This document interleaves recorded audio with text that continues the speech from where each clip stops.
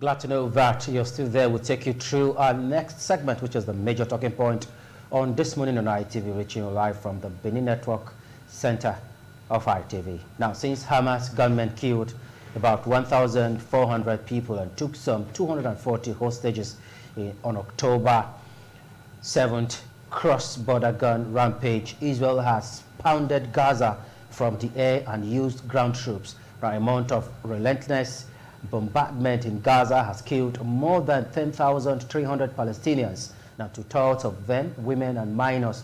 According to the Palestine Health Ministry, more than 2,300 are believed buried from strike that reduced entire city blocks to rubble. That around 70% of Gaza's 2.3 million people have fled their homes, and many of them are crowded into UN schools, thorn shelters. The civilians in Gaza are relying on a trickle of aid and their own daily foraging for food and water from supplies that have dwindled after weeks of siege. Now, today we'll dive into a critical global issue, the impact of the Israel-Gaza war on oil-producing countries, particularly focusing on our country, Nigeria. Now, joining us virtually is Dr. Tony Sabons, a global affairs analyst and very senior lecturer of Anglican Ruskin University, London. Dr. Tony, thank you so much for always coming through on TMI. Yeah, good morning, Dan. Thanks for inviting me to your program this morning. It's always a delight having you. Everyone over there in Edo State. Okay, thank you so much for coming through. Now, Dr. Tony, you have been keeping tabs with the Israel-Gaza war for a while now. Let's have your take. Take us through since the war started on October 7th till date. What is your overview of the whole issue?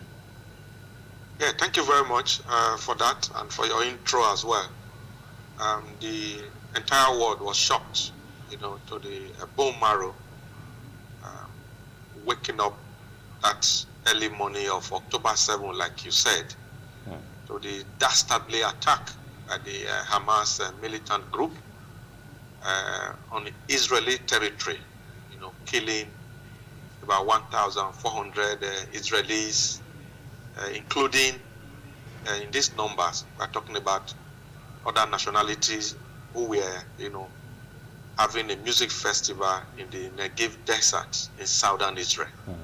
So everyone was shocked at the manner that the Hamas group orchestrated that horrendous attack, which in this instance has caused the ripple effect of the retaliation by the Israeli Defense Forces, that we've seen in the last 1 month.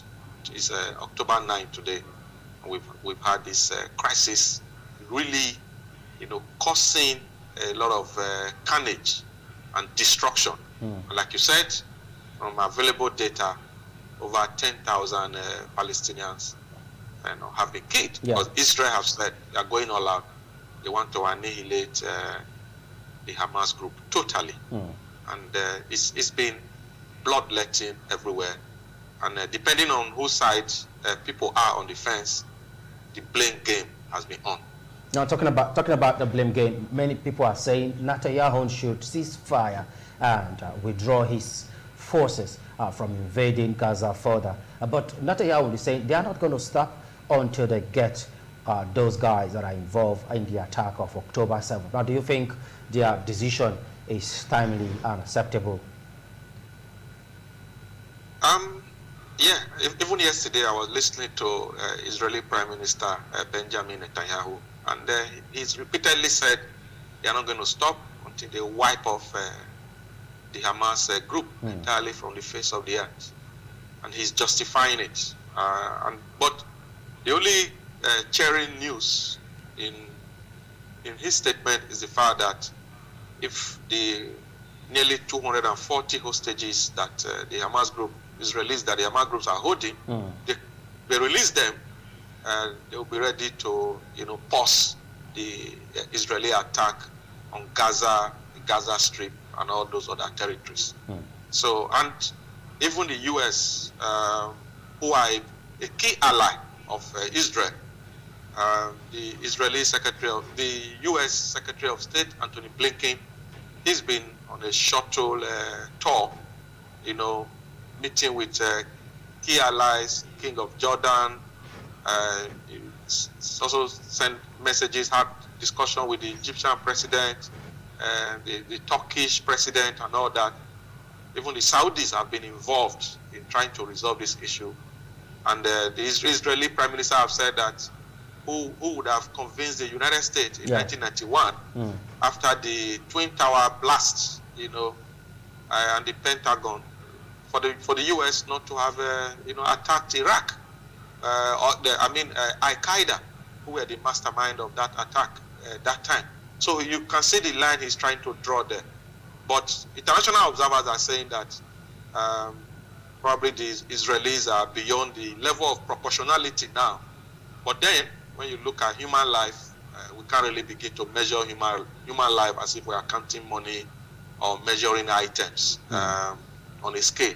So that is where the issue is at the moment. At the moment, there's no ceasefire. The Israelis are already gone on the ground offensive. So yesterday, they were even saying they have cycled the Hamas leader, the bunker where he's stationed. So everyone is just watching. But we hope that a ceasefire will come, because there's a huge humanitarian crisis already in Gaza. Now, how do we manage this huge humanitarian crisis that's already staring at both sides? How can this be managed?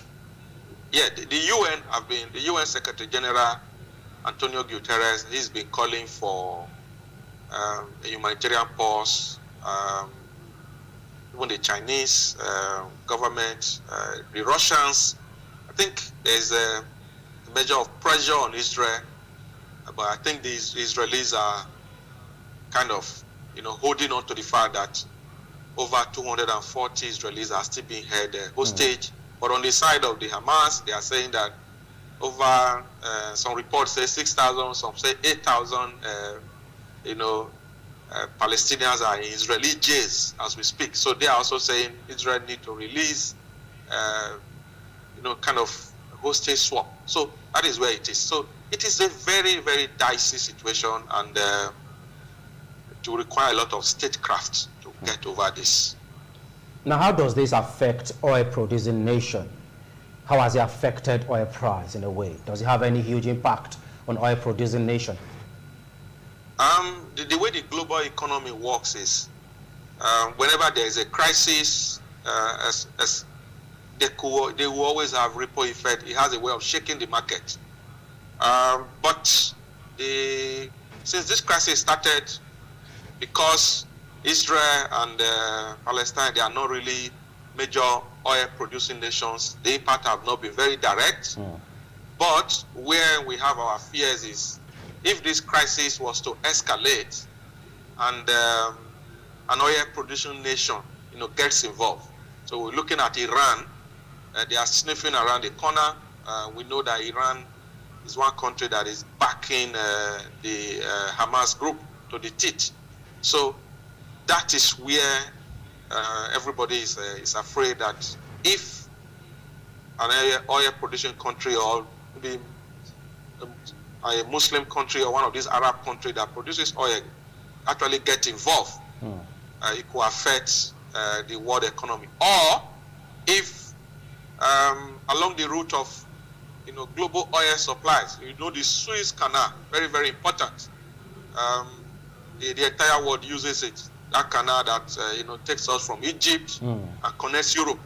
So if the Suez Canal, there's a crisis and there are logistics problems over there, this could cause a huge economic problem for the entire world economy. So do you think it will influence oil production and export in Nigeria? Definitely. If it gets to that level, it will. It will not necessarily affecting oil production and export in Nigeria per se, but Nigeria, the situation we are in. We are importing refined petroleum products. We all know that our refineries, as we speak, are not working. So even though we are oil producing nation, we are not refining our petroleum locally. Primarily, we don't produce from the country. We import them. So if, like I said, if there is a supply problem, along the line of logistics, Nigeria could have problem. Then, this is very critical, if this crisis should escalate, and then there could be a global energy crisis. So that will now increase the price of, oil prices, in the global market. Let's assume the U.S. gets involved. Like I said, an oil producing country gets involved, and other third parties get involved. So if global prices increase, you know how it is. For a country like Nigeria, then when we bring in import our refined petroleum product, so the landing cost for petrol, I think at the moment I was reading some reports a few days ago, it's about 608 naira. So, Nigeria is very magical. So we don't know, It could just skyrocket again. Yeah, so Nigeria is a magical country. Anything can happen. So we don't know if the landing cost is 608 naira. We don't know what is going on, if the Nigerian government is still paying subsidy or not. There's been a lot of argument on that. I know that's not what we are discussing today. So it will definitely, if global oil prices rise, Nigeria will be very, very much hard hit, because we are importing refined petroleum products. Now, should third-party countries get involved in this crisis? How does it affect production and control? And what measures should Nigeria put in place to ensure that we safeguard our economy? Our economy is currently at a down level. What measures should the country put in place should, in case we have third parties putting their weight into this current crisis in Israel and Gaza?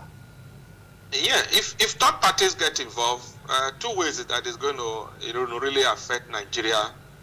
We sell crude oil, isn't it? So if there is crisis in the Middle East, if there is crisis in the world, and things are not settled, there will be a slowdown in productive activities, and our crude oil export will go down. So, and like you said, Nigeria is a monolithic economy. almost 99.9% of our revenue comes from crude oil exports.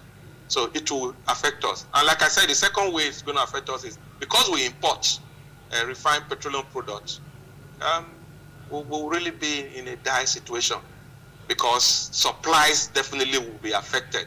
Considering what I said about the Suez Canal, these is areas in the Middle East that Nigeria will be very, very hard hit, because we'll be in a cul-de-sac.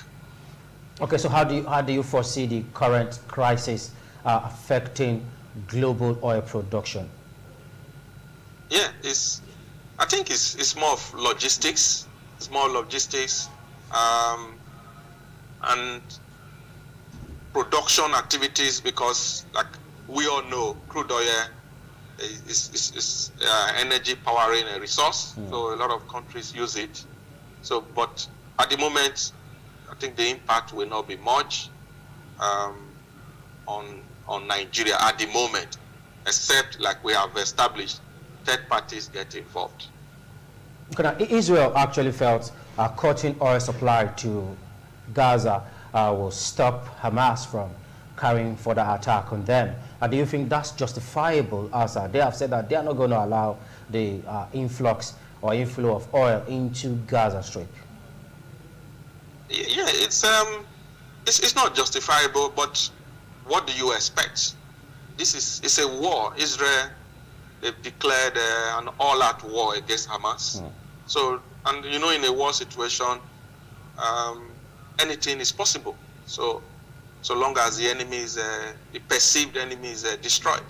So, at the beginning of this crisis, they even cut off water supply, food supply, and that is why there is a lot of humanitarian crisis. So they will definitely do that. Whatever Israel will want to do, they will do to make sure that they deal with the Hamas group. But like most of us have been saying, Hamas is a militant group, kind of a resistance group.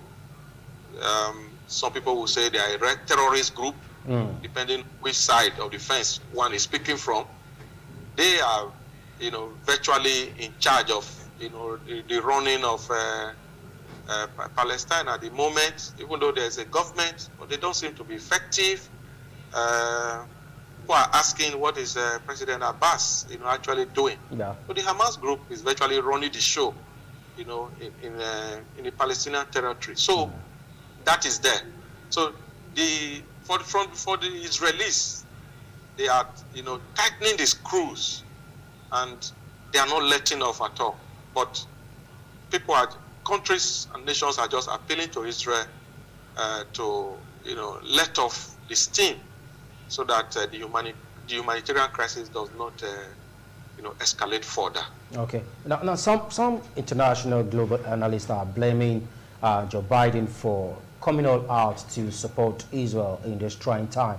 Do you think we should have other international communities pull out in support of Hamas or Gaza in a way, and how can we find a lasting solution to this serious crisis that has been affecting the both sides? Yeah, I think people should know that America is number one ally of Israel. They will always support Israel any day, any time. And anyone can speak from now till tomorrow. I don't think the American will stop supporting Israel. They've had a relationship since the creation of the nation of Israel 75 years ago in 1948. So that support will continue. But however, that being said, the Americans also need to understand that there need to be peace. And in the past, previous American presidents have really made concerted effort to resolve this Israel-Palestinian crisis. Remember what President Bill Clinton did during his tenure, during the Oslo Accord in Norway. So where he had then leader of the Palestinian Liberation Organization, PLO, Yasser Arafat, and the Israeli Prime Minister then, I think Ekud, I can't really remember his name. So they had that, but that agreement actually did not pull through after some time. So, but for Joe Biden, from day one, I think he even made a visit to Israel and to drum support for Israel.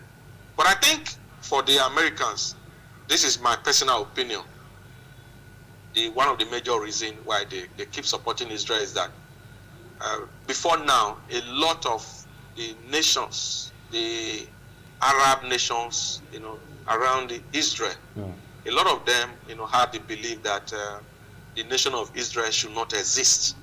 And you hear when they say that Israel should not exist, Israel should be wiped off the face of the earth. So that has been one reason why the U.S. And some other Western countries believe that Israel should be allowed to exist. So Israel is constantly under that push, from their neighbors, many of them who feel that they should not exist. There are historical reasons for this, so that is very, very deep issues that which time may not allow us to go into. So that is there. Therefore, on the side of Israel, countries that are sympathetic to the Palestinian cause also believe that Israel should stop building settlements in Gaza and the West Bank. So because Israelis, from some of the maps we are seeing, see that Israel just keep constructing settlements in the West Bank territory and in Gaza.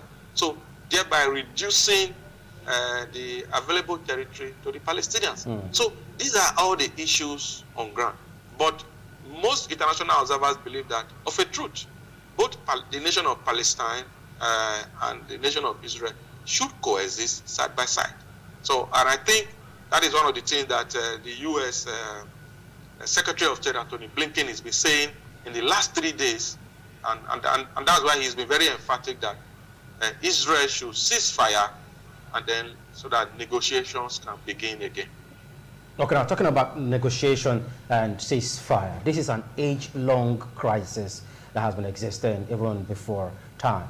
Now, do you think that it will have a direct impact on some countries, like in Nigeria, we saw pockets of protest in some part of Nigeria where some people were either speaking for or in support of the both sides.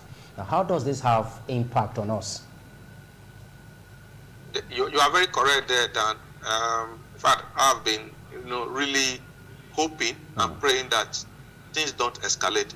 Especially in northern Nigeria. Northern Nigeria, yeah. Where the Muslim population there, most times when things happen in other countries, you remember at that time when there was somebody drew a cartoon and drew the Holy Prophet Muhammad. That is in Kaduna State. Yeah, thank you very much. During one of the Miss World beauty pageants. That was in France. Then the beauty pageant after Agbani Darego's victory, Nigeria was to host Miss World, and then there was crisis in Kano and others. So these things has a way of playing out. So it will, if a religious dimension go into the crisis. But so far, people have not been able to spin the religious dimension into it. Oh, that is Christian versus Muslim, that are fighting in Israel, Palestine and Israel. Christians are killing Muslims. That kind of narrative has not come in. And we have always educated people. If you even look at the nation of Israel, people, if you look at it, many of them don't even believe in Jesus Christ. So statistics have shown that the number of Christians, and I say this authoritatively, number of Christians in Israel is about 100 and some data have 144,000, some have 177,000. Based so on statistics. If we can juxtapose, we can say it's less than 200,000 out of the over 9 million population of Israel. They practice Judaism, which is a monolithic religion. They believe in God, but they're still waiting for the Messiah. Israelis don't reckon with Jesus Christ at all. So people need to know that. So that religious side has not been spinned in, and that is why I'm sure that people have not been able to say it is a Muslim Christian fight between Palestine and Israel. So that is where even resistant group like Hezbollah, the Iranians, they've not been able to spin that in. Okay, now going forward, what role should Nigeria play, and how is this war going to affect the diplomatic ties of Israel and other nations? Yeah, I think so far so good. I think the Nigerian government has been very tactical in his approach. They have been non-partisan, even though some Islamic groups in Nigeria were trying to call on the federal government of Nigeria to, outrightly, put out a statement condemning Israel. But I don't think, except I'm not aware, but I have not seen that. The presidency is yet to do such. They are yet to do so. So they have been non-partisan, and I think what the Nigerian government have been saying is they've been calling for peace, which is the right thing to do. So, and a lot of African countries as well have also, the African Union, they've also been calling for peace, that both sides should come to the negotiating table. Okay, now how is it going to affect Israel's diplomatic ties with other nations going forward? This is going to put a strain on the relationship.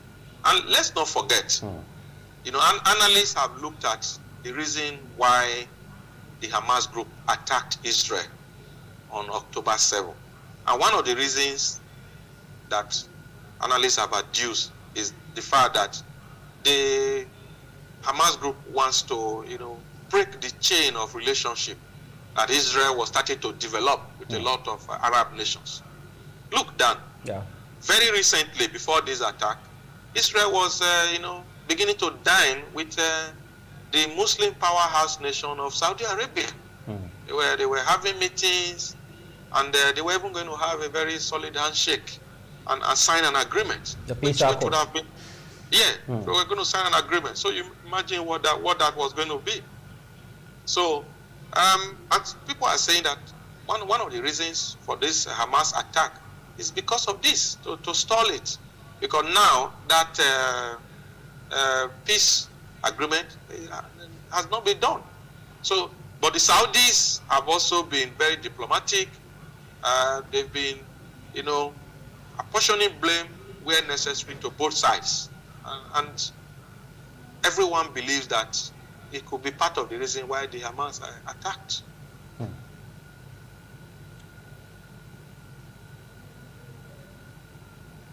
Okay, Dr. Tony, I'm afraid this is how far we can go. Thank you so much for always coming through and for sharing your insight on the program today. Thank you very much, Daniel Praise. Always my pleasure. Do have a great day. It's a delight. Do enjoy the rest of your day. All right, viewers, this is how far we can go on the program this morning on ITV. I'm very sure you had a blessed time joining us on today's edition. I'll be seeing you on the next one. Up next is Business Rendezvous with Lawrence Osifo. My name is Daniel Praise Osedebame. Good morning.